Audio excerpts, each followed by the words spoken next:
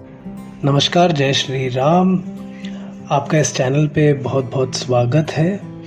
इस वीडियो में हम बात करेंगे हनुमान चालीसा के पहले दोहे के बारे में और उसका अर्थ जानने की कोशिश करेंगे, उसका भाव जानने की कोशिश करेंगे। जब भी आप हनुमान चालीसा पढ़ते हैं तो उसकी शुरुआत एक दोहे से होती है और उस दोहे का मतलब समझना, उस दोहे का भाव समझना बहुत ज़रूरी होता है। तुलसीदास जी हनुमान चालीसा की शुरुआत करते हैं एक दोहे से और वो दोहा है, श्री गुरु चरण सरोज रज निज मन मुकुरु सुधारी, बरनउँ रघुवर बिमल जसु जो दायक फल चारी। ये पहला भाग है। इसका भाव जानने की कोशिश करते हैं, इसका रहस्य जानने की कोशिश करते हैं। आशीर्वाद जो होता है वो शुभता का आवाहन करते हैं। आशीर्वाद मांगने के साथ शुरू की गई कोई भी चीज़ सबसे शुभ हो जाती है। तुलसीदास श्री गुरु का आशीर्वाद लेकर हनुमान चालीसा की शुरुआत करते हैं। इसका अर्थ है कि जो श्री गुरु दिया गया आशीर्वाद है उससे हम शुरू कर रहे हैं। इसमें श्री जो है वो सीता के संदर्भ में भी कहा गया है, वो माँ सीता के संदर्भ में भी कहा गया है, जो दिव्य माता है और जो रामायण का सार है। उनकी उपस्थिति में श्री राम ने भी किसी राक्षस का वध नहीं किया था। वध के योग्य राक्षसों में भी जो सबसे बुरे थे उनको भी माता सीता ने क्षमा कर दिया था। उनके आशीर्वाद से कुछ भी संभव हो सकता है। तुलसीदास इस प्रकार दिव्य गुरु सीता के आशीर्वाद के साथ हनुमान चालीसा का शुभ पाठ शुरू करते हैं। तुलसीदास फिर कहते हैं कि मेरे मन का दर्पण मैला हो गया है और मैं स्वयं को नहीं देख पा रहा हूँ। श्री गुरु चरण सरोज रज निज मनु मुकुरु सुधारी, कि मेरे मन का दर्पण मैला हो गया है और मैं स्वयं को नहीं देख पा रहा हूँ। वो गुरु से उसे साफ करने के लिए अपने पैरों की धूल देने के लिए कहते हैं। चरण सरोज रज श्री गुरु के चरणों की धूल को संदर्भित करता है। ये राम के साथ साथ स्वयं को देखने के लिए मन को साफ करने का अर्थ है कि मेरे मन का दर्पण को साफ करो जिससे मैं श्री राम को देख पाऊँ, मैं खुद को देख पाऊँ। बरनउँ रघुवर बिमल जसु का तात्पर्य रघुवंश के महान वंशज सर्वोच्च भगवान राम की महिमा सुनने से है। तुलसीदास ने हनुमान चालीसा की रचना तकनीकी रूप से हनुमान की महिमा करने के लिए की है। हालांकि ये भगवान राम की महिमा है।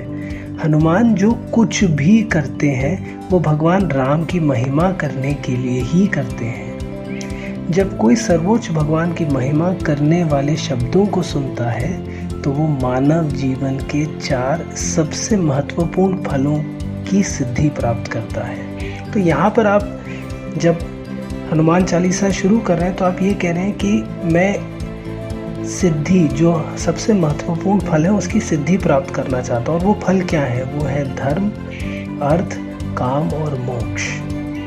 उसके बाद तुलसीदास जी जो दूसरा भाग है उसमें कहते हैं, बुद्धिहीन तनु जानिके सुमिरौ पवन कुमार, बल बुद्धि विद्या देहु मोहि हरहु कलेश विकार। तुलसीदास ने इस श्लोक की शुरुआत विनम्रता के भाव से करी है और इसमें थोड़ा आध्यात्मिक जीवन के बारे में भी तुलसीदास जी कहना चाहते हैं। आध्यात्मिक जीवन की शुरुआत इस स्वीकृति से होती है कि मैं कमज़ोर हूँ और मुझे मदद की ज़रूरत है, क्योंकि आध्यात्मिक जीवन व्यक्ति को ये समझने में सहायता करता है कि उसकी शक्तियाँ उसकी अपनी नहीं है। अगर आपकी शक्तियाँ जो आपको अच्छाई भगवान ने दी है वो आपकी अपनी नहीं है, वो भी आपको दी हुई है, तो अगर वो ऊपर वाला जिसने आपको वो शक्तियाँ दी हैं तो वही ऊपर वाला आपको आपकी कमज़ोरियों से भी निपटने में क्यों नहीं मदद करेंगे? बिल्कुल मदद करेंगे। पर इसके लिए आपको आध्यात्मिक होना पड़ेगा, इसके लिए आपको विनम्र होना पड़ेगा। कमज़ोरी सिर्फ इसमें शारीरिक या मानसिक नहीं है बल्कि आध्यात्मिक भी होती है। आध्यात्मिक कमज़ोरी व्यक्ति को इच्छाओं के प्रति अति संवेदनशील बना देता है और जब इच्छाएं बढ़ती हैं तो दुख और पीड़ा का कारण बढ़ती हैं। जब ये इच्छाएं पूरा जब ये इच्छाओं की पूर्ति नहीं होती तो आपकी दुख पीड़ा बढ़ जाती है।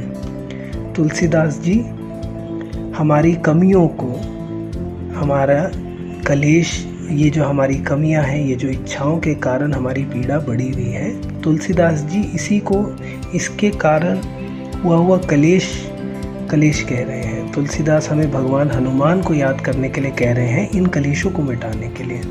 उनके अनुसार हमारे जीवन में समस्याओं को दूर करने में हमारी मदद करने वाला सबसे अच्छा व्यक्ति कौन है? श्री हनुमान है, भगवान हनुमान है। और क्यों है? क्योंकि हनुमान जी जो है वो 11वें रुद्र अवतार है और वो आपको 11 प्रकार के कलेशों से निपटने के लिए मदद करते हैं। जब हम हनुमान जी की शरण लेते हैं तो वह आसानी से हमें इन कमियों को दूर करने में मदद लेते हैं। तो तुलसीदास जी इधर कह रहे हैं कि मैं आपकी शरण ले रहा हूँ, मैं हनुमान जी आपकी शरण ले रहा हूँ और मेरे कलेश को हटाने में, मेरे कलेशों से मुझे निपटने में मेरी मदद कीजिए। तो अगर आपको पहले दोहे का अर्थ समझ में आया हो और भाव समझ में आया हो, तो जब आप अगली बार इस दोहे का उच्चारण करें, जब आप हनुमान चालीसा पढ़ें, तो इसका भाव ज़रूर समझिएगा। इसका भाव है, अगर हम सरलता से इसको समझना चाहें, इसका भाव है कि हम श्री गुरु का आशीर्वाद ले रहे हैं। क्यों ले रहे हैं? क्योंकि हम उस आशीर्वाद से सिद्धियां प्राप्त करना चाहते हैं, धर्म, अर्थ, काम और मोक्ष की। और इसके लिए हम हनुमान जी का स्मरण कर रहे हैं, जिससे हमारे जीवन के कलेश मिटे। और हम इस विनम्र भाव से जा रहे हैं कि जी हम में कमज़ोरी है, हमें आध्यात्मिक कमज़ोरी है और हम इससे निपटना चाहते हैं, और इसलिए हम हनुमान जी आपकी शरण में आ रहे हैं। तो अगर आपको ये भाव समझ में आया हो, अगर आपको अच्छा लगा हो, तो हमारे चैनल को ज़रूर सब्सक्राइब करें, जिससे कि हम और पूरी हनुमान चालीसा के बारे में, हर चौपाई की पीछे की कहानी, उसका भाव आपको समझा पाए। जय श्री राम।